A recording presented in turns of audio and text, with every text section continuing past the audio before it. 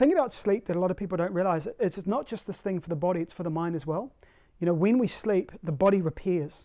The body repairs the liver, the body gets rid of waste. The body is hard at work during the night, but it can only do that when we are relaxed and we are deeply in sleep. It can do that to the maximum.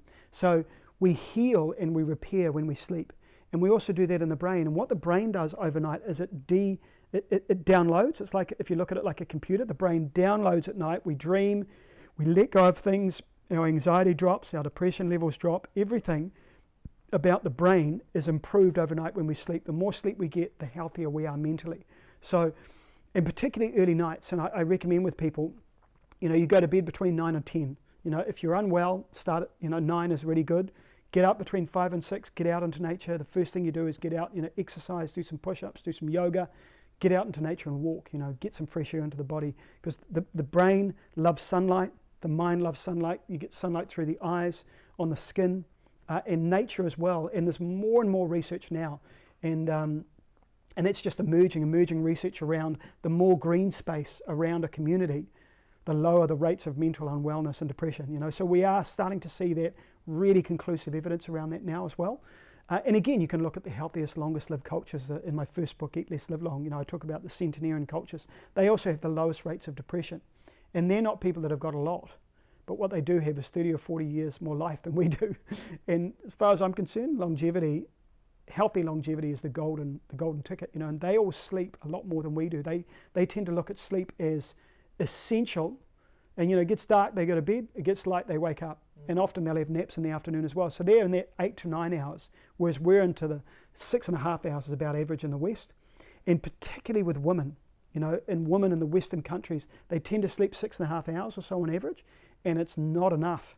And, the only way, a lack of sleep, we know, triples your risk of mental unwellness and depression. And the only way that I can kind of communicate the significance of sleep when it comes to mental wellness and longevity is, and I say this a lot in seminars, and it's a confronting thing to say, and a lot of people get annoyed when I say it, but it is the truth.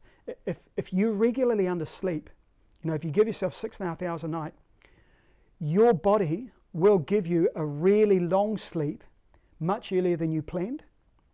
And you know what that really long sleep is called? Dead. That's what it's called. It's called early death. And your body will give it, because we know, you look at sleep research, it is linked to breast cancer disease deaths. It's linked to depression. It's linked to suicide. It's linked to mental wellness. It's linked to type 2 diabetes. It's linked to body size, metabolism, obesity. Every single thing in the human body is linked to sleep. So sleep is absolutely, utterly critical for your longevity, your mental health, your resilience, and how you see yourself in the world. Literally, you can cause someone to go insane within 3 days without sleep. It's 3 days without sleep, and you can't drive. People forget their name after 3 days without sleep. They don't know where they are, who they are. They don't recognize people that they've lived with for 20 years after 3 days without sleep. And it's part of torture. If you want to really break someone's mind, you keep them awake. It's the dripping tap on someone's forehead. Keep them awake, they go insane. The body cannot cope, and when the mind goes, the body goes, it's all over. So, and obviously the serotonin levels, it all gets affected. So sleep is critical. I can't say it enough, and I can't impart it enough. I recommend 8 to 9 hours a night. And when you're tired, go to sleep.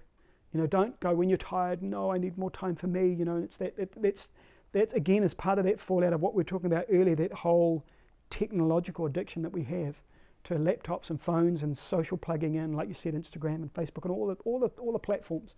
That connection we have to that is what keeps us awake often late at night. We'll get on the phone and we'll get hooked into stories, and of course clickbait and all the things that we get tied into. That causes the brain to change and react differently and to think differently. And what you want to do is when you're in bed, you want to be reading a book. And as soon as you get that,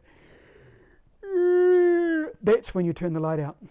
You don't go, try to keep myself awake, because sleep happens in 20-minute cycles. So when that hits, if you push through it, it's going to be another 20 minutes before it hits again. And then if you push through that one, it's easy to get to another hour. So you've got to go to sleep and allow your body to sleep. When the body's tired, it will tell you. It says, look, I'm tired. Let me sleep. Let me fix myself. And people don't realize how much of an impact that has on their disease, their body size, their vitality, their skin health. Your skin health is so dictated by sleep. So, Yeah, we could talk all night about sleep, but I hope I've imparted how important it is. Oh,